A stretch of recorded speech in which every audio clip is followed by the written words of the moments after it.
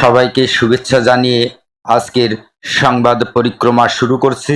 আজকের সংবাদ পরিক্রমার বিষয়, বাংলাদেশে সরকারি চাকরির ক্ষেত্রে কোটা নিয়ে এখন এত বিতর্ক কেন?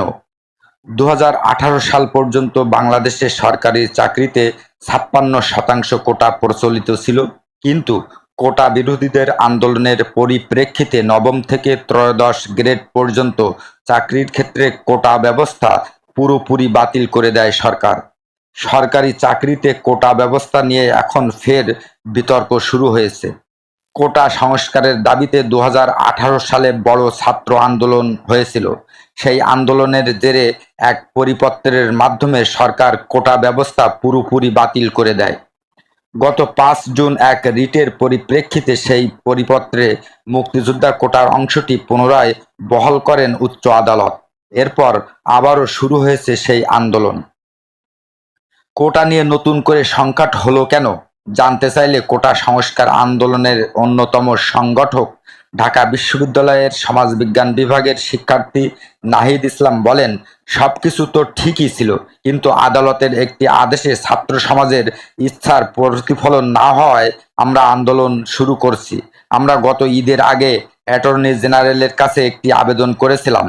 আমাদের দাবি মূলত তিনটি: 2018 সালের পরিপত্র বহাল সাপেক্ষে কমিশন গঠন করে সব গ্রেডে সর্বোচ্চ 10% কোটা রেখে কোটা পুনর্বণ্টন বা সংস্কার, চাকরির পরীক্ষায় কোটা সুবিধা একাধিকবার ব্যবহারের সুযোগ বন্ধ করা ও কোটায় যোগ্য প্রার্থী না পাওয়া গেলে শূন্য পদগুলোতে মেধা অনুযায়ী নিয়োগ দেয়া এবং দুর্নীতিমুক্ত, নিরপেক্ষ ও মেধাভিত্তিক আমলাতন্ত্র নিশ্চিত করতে কার্যকর ব্যবস্থা নেয়া।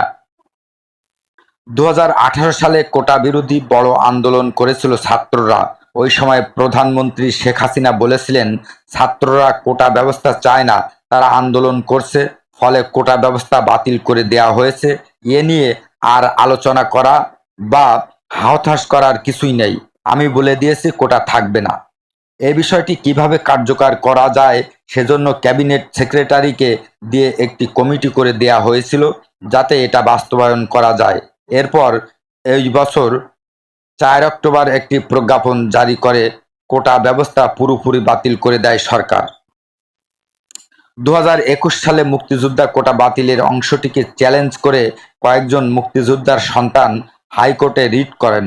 সেই রিটের শুনানি নিয়ে কেন ওই 30% কোটা বাতিলের সিদ্ধান্ত অবৈধ ঘোষণা করা হবে না তা জানতে চেয়ে আদালতের পক্ষ থেকে এ বিষয়ে রুল জারি করা হয়।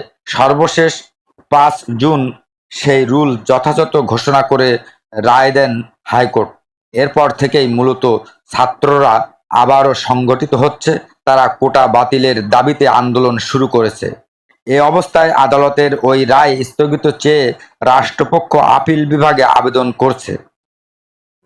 2018 সাল পর্যন্ত বাংলাদেশে সরকারি চাকরিতে 56% কোটা প্রচলিত ছিল। আন্দোলনের পরিপ্রেক্ষিতে নবম থেকে ত্রয়োদশ গ্রেড পর্যন্ত চাকরির ক্ষেত্রে কোটা ব্যবস্থা পুরোপুরি বাতিল করে দেয় সরকার।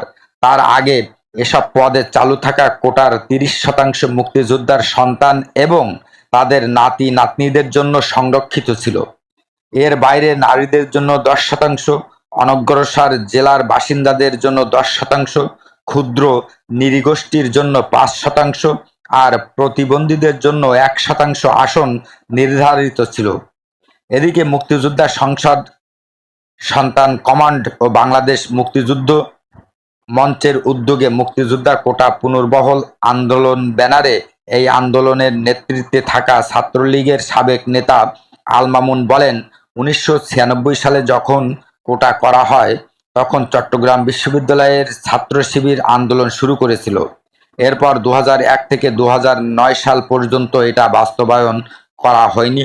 আওয়ামী লীগ ক্ষমতায় আসার পর স্বাধীনতা বিরোধী একটি চক্রের প্ররোচনায় আবারও আন্দোলন শুরু হয়, যা সফল হয় 2018 সালে। আমরা মনে করি কোটা কোনো বৈষম্য সৃষ্টি করে না, বরং কোটা ন্যায্যতা নিশ্চিত করে। পিছিয়ে পড়া জেলা বা ক্ষুদ্র নৃগোষ্ঠীর সদস্যদেরও এই সুবিধা পাওয়া উচিত। নারী কোটা ছিল বলেই নারীরা আজ সচিব। অনেক মুক্তিযোদ্ধার পরিবার এখনো পিছিয়ে আছেন, ফলে আমরা বলছি শুধু মুক্তিযোদ্ধার সন্তান বা নাতি নাতনিদের জন্য নয়, সবার জন্যই কোটা থাকা উচিত। গত 5 জুন আদালতের আদেশ দেওয়ার পর থেকেই ঢাকা বিশ্ববিদ্যালয়ে বেশ কিছু শিক্ষার্থী আন্দোলনে নামেন। ঈদের ছুটি শুরু হওয়ায় ঢাকা বিশ্ববিদ্যালয় ক্যাম্পাস ফাঁকা হয়ে পড়ে। এই অবস্থায় 10 জুন দাবি মানতে সরকারকে 30 জুন পর্যন্ত সময় বেঁধে আলটিমেটাম দিয়ে আন্দোলনে বিরতি টানা হয়। ঘোষণা অনুযায়ী ঢাকা বিশ্ববিদ্যালয় সহ সব বিশ্ববিদ্যালয়ে ছাত্র সমাবেশের কর্মসূচি পালন করবেন আন্দোলনকারী শিক্ষার্থী ও চাকরি প্রত্যাশীরা। দাবি আদায়ে সব বিশ্ববিদ্যালয়ে একযোগে ছাত্র সমাবেশ করা হবে উল্লেখ করে নাহিদ ইসলাম বলেন, দাবি আদায় না হওয়া পর্যন্ত ধারাবাহিক আন্দোলন চলবে। কোটা সংস্কার নিয়ে একাধিক প্রবন্ধ লিখেছেন সাবেক মন্ত্রী পরিষদ সচিব আলী ইমাম মজুমদার।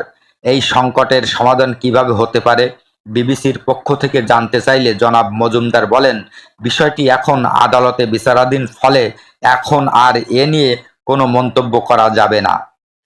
একই প্রশ্নে ঢাকা বিশ্ববিদ্যালয়ের এমিরেটাস অধ্যাপক সিরাজুল ইসলাম চৌধুরী বলেন, আমি মনে করি এখন আর কোনো কোটা থাকা উচিত না, সব কোটা তুলে দেওয়া উচিত। বিষয়টি যেহেতু আদালতে বিচারাধীন, ফলে এ বিষয়ে বেশি কিছু বলা যাবে না। সবশেষে এখন ছাত্ররা কোটা বাতিল না করা পর্যন্ত আন্দোলন চালিয়ে যাওয়ার জন্য যে ঘোষণা দিয়েছে, শেষ পর্যন্ত তা কোথায় যে দাঁড়ায় সেই অপেক্ষায় আছে গোটা দেশ।